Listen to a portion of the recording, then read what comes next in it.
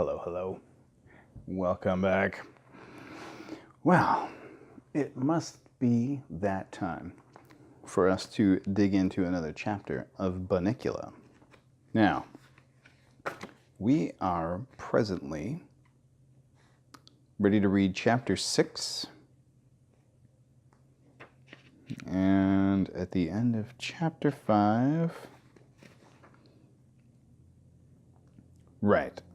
Right, yes. The cat Chester tried to warn the family about the dangers of Bunnicula. But his warnings went unheard. And so he instead wound up buttoned into a dumb cat sweater. These things happen. The life of a cat, right? So, Chapter 6, Harold helps out. That night, I had an uneasy sleep. Strange noises emanated from downstairs. It sounded like toenails clicking back and forth on the floor. It must be Bunnicula, making his midnight run, I thought, although I'd never known him to make a sound. And I smelled the funniest odor in the air, something familiar, though I couldn't place it. As the night progressed, it grew stronger and stronger until finally it tickled my nose and I sneezed myself awake. I jumped off Toby's bed, still sniffling, and headed down the stairs for the living room to find Chester to see if he could smell it too. The odor grew even stronger as I approached the living room. Standing in the doorway was Chester, a strange pendant hanging from his neck. "Whew. Chester," I said, "what are you wearing that awful thing for? It smells." "Of course it smells," he replied. "Here, I made one for you too. Put it on." "Are you kidding? That thing smells like garlic." "It is garlic," Chester said matter-of-factly. "Why are you wearing garlic?" I asked, thinking that by this time Chester was capable of anything. As we walked into the living room, I tripped on another piece of garlic lying in the doorway. "Careful," said Chester. "Watch your step." I surveyed the room and saw that it was strewn with garlic, on the doorways, over the windows, and around Bunnicula's cage. The poor little fellow had buried his nose as far as possible under his blanket. I was about to follow his example and return to Toby's bed to bury my nose under the blankets when Chester grabbed my tail with his teeth. "You're not leaving this room until you put this on," he grumbled at me. I think that's what he said. I wasn't sure because he had my tail in his mouth. "It's not polite to talk with your mouth full. Chester, drop the tail." Meanwhile, my eyes were beginning to water. "Listen," Chester snapped at me, fortunately letting go of my tail first. "The book said to use garlic." "What book?" I said. "The Joy of Cooking?" Chester continued.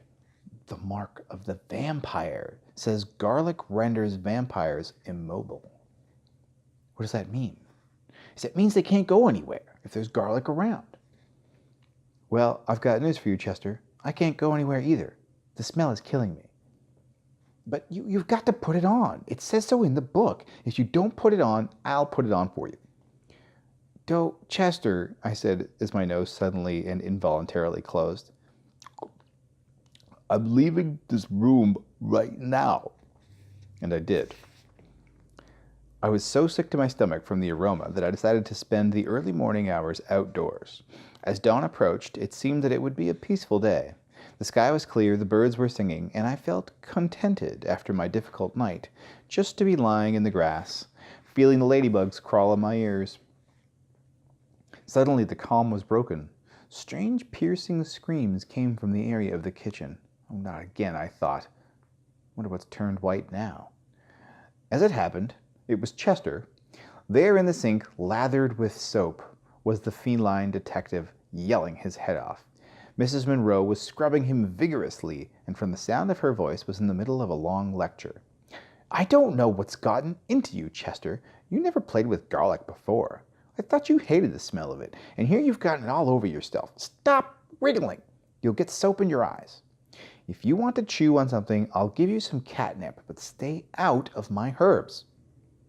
Then she rinsed him off, rubbed him with a towel, and plunked him down in front of the stove to finish drying. "Shut the door," he hissed at me. "I'm freezing. That silly woman, doesn't she know cats don't get baths?"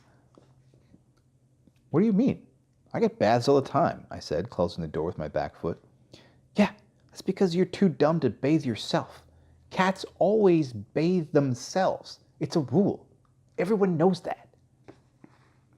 "Well, at least it smells nice in here again," I sniffed as I settled down next to Chester by the stove. "And it's all toasty warm here in the kitchen." "Sure, it smells nice again," he said, "but now the house isn't safe anymore." "What do you mean?" I asked, getting closer. "I mean, it worked last night. The garlic worked. No more vegetables turned white, did they?" "No, but that means Bunnicula didn't get out of his cage last night." "Maybe he was just tired," I said. "Or maybe he was full." "Don't be ridiculous," he replied. "It was the garlic. He couldn't leave his cage. But tonight he'll be free to roam again, and I've got to find a way to stop him that isn't so smelly." Mr. and Mrs. Monroe were hurrying in and out of the room, stepping over us, late for work. Mrs. Monroe yelled up to Toby, "Don't forget to take the steak out of the freezer when you get home today, Toby, and leave it in the table to defrost. And this time, remember to put a plate under it." Chester's ears perked up. "Of course," he said. "That's what I'll do." And he strolled past me with a knowing smile. Mrs. Monroe turned off the stove and left the room. It was too much for me to figure out, so I went to sleep on the nice warm kitchen floor. I was awakened by a bite on the ear. Chester was sitting by me, looking very impatient. "Boy, nothing wakes you up," he said. "I've been yelling and poking you for 10 minutes. "I was dreaming," I answered defensively, "about a place where there weren't any cats around to bother nice dogs and wake them up when they needed their rest."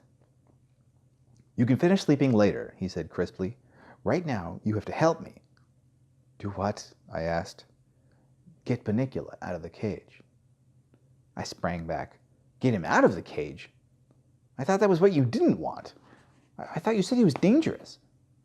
"What if he attacks me?" "Aren't you ashamed?" Chester replied. "Afraid of a harmless little bunny." "Harmless? I thought you said he was a threat to this house and everyone in it. Isn't that what you said?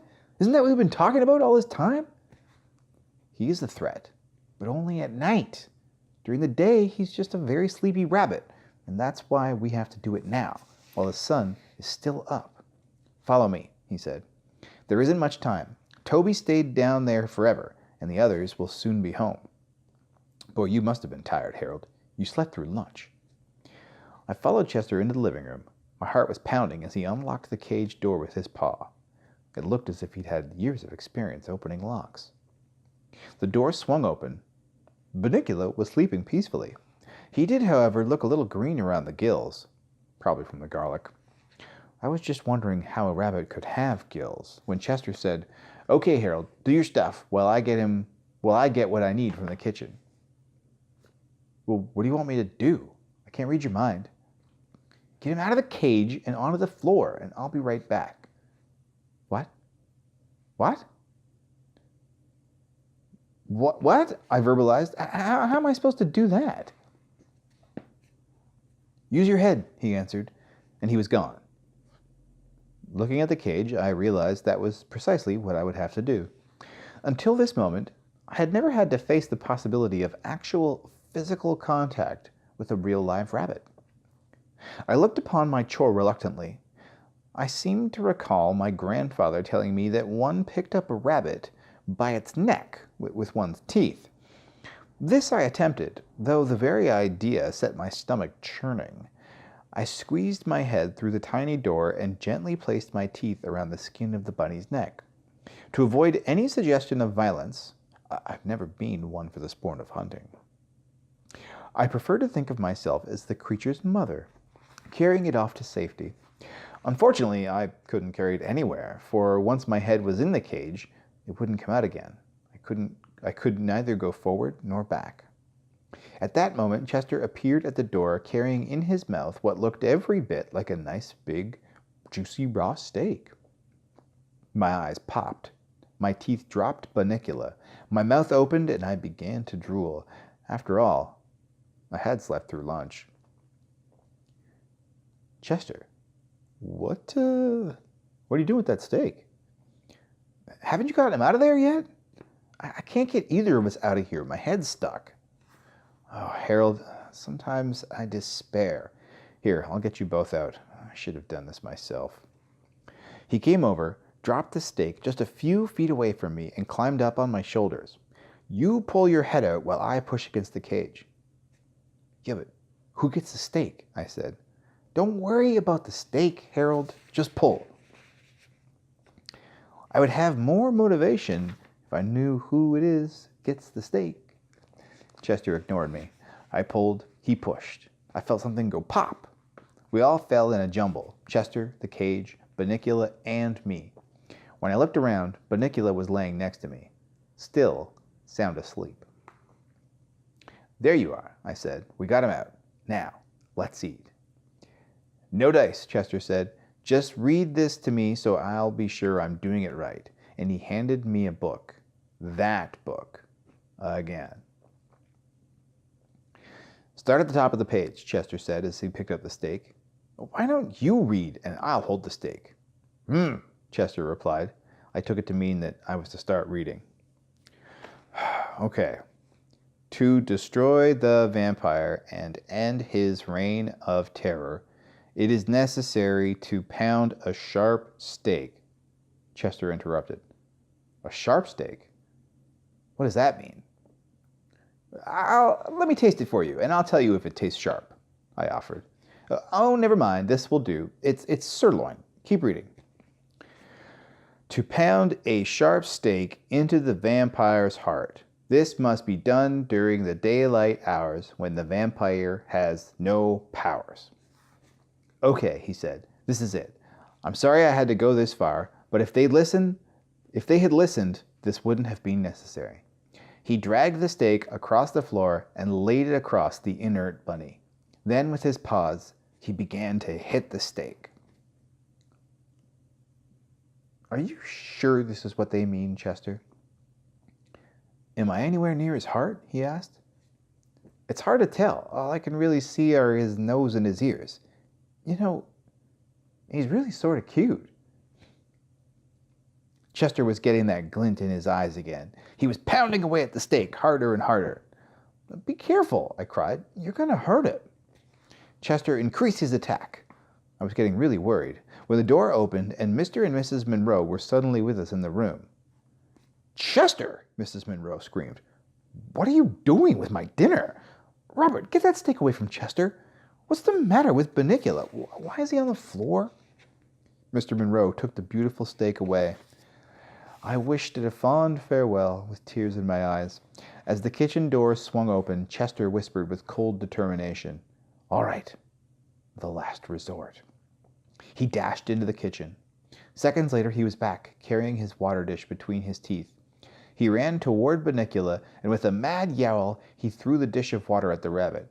Unfortunately, he was so hysterical that his aim was not the best.